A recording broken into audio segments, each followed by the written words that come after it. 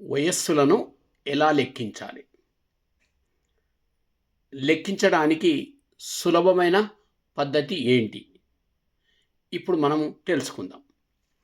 ఉదాహరణకు ఒక వ్యక్తి 3/12/1963న జన్మించాడు అని అనుకుంటే అతని వయస్సు 28/9/2025 నాటికి ఎంత అవుతుంది అని మనం లెక్కించాలనుకుంటే వెరీ సింపుల్. ఏ విధంగా చేయాలో ముందు చూద్దాం. ఈరోజు ఏదైతే మనం ఏ రోజుకు లెక్కించాలనుకున్నాం ఆ రోజు వయస్సు ముందు ఇక్కడ ఇయర్ తీసుకోండి 2025. తర్వాత నెల తీసుకోండి 09 తీసుకోండి, 2 ఆల్ఫా అంటే 2 లెటర్స్ వచ్చేటట్టు 2 డిజిట్స్ వచ్చేటట్టు. తర్వాత 28 తీసుకోండి. దాంట్లో ఇప్పుడు ఇది 1963 సులభంగా లెక్కించడం. 12వ నెల 3వ తేదీ ఏ విధంగా సులభంగా లెక్కించాలి? ఇక్కడ ముందు ఇక్కడ నుంచి మనం స్టార్ట్ చేద్దాం.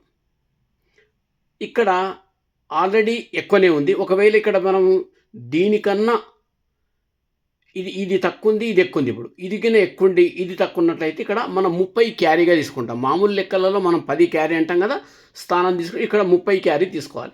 కానీ ఇక్కడ 30 క్యారీ తీసుకోవాల్సిన అవసరం లేదు. డైరెక్ట్ 28 నుంచి 3 పోతే 25. తర్వాత ఇక్కడ చూడండి, ఇది నెలల లోపల ఇక్కడ తక్కువ ఉంది, ఇది ఎక్కువ ఉంది. అప్పుడు ఇక్కడ ఏం చేయాలి? మీరు దీనికి సంవత్సరానికి 12 నెలలు కాబట్టి దీనికి 12 కలపండి. 12, 9, 21. 21 నుంచి 12 తీసేస్తే 9. మళ్ళీ ఒకసారి 12, 9, 21. 21లో 12 పోతే 9. ఇప్పుడు ఇక్కడ ఒకటి తగ్గింది, ఇక్కడ 4 అయింది ఇది. సో 4లో 3 పోతే 1. 12లోంచి మళ్ళీ మనం క్యారీ చేస్తున్నాం.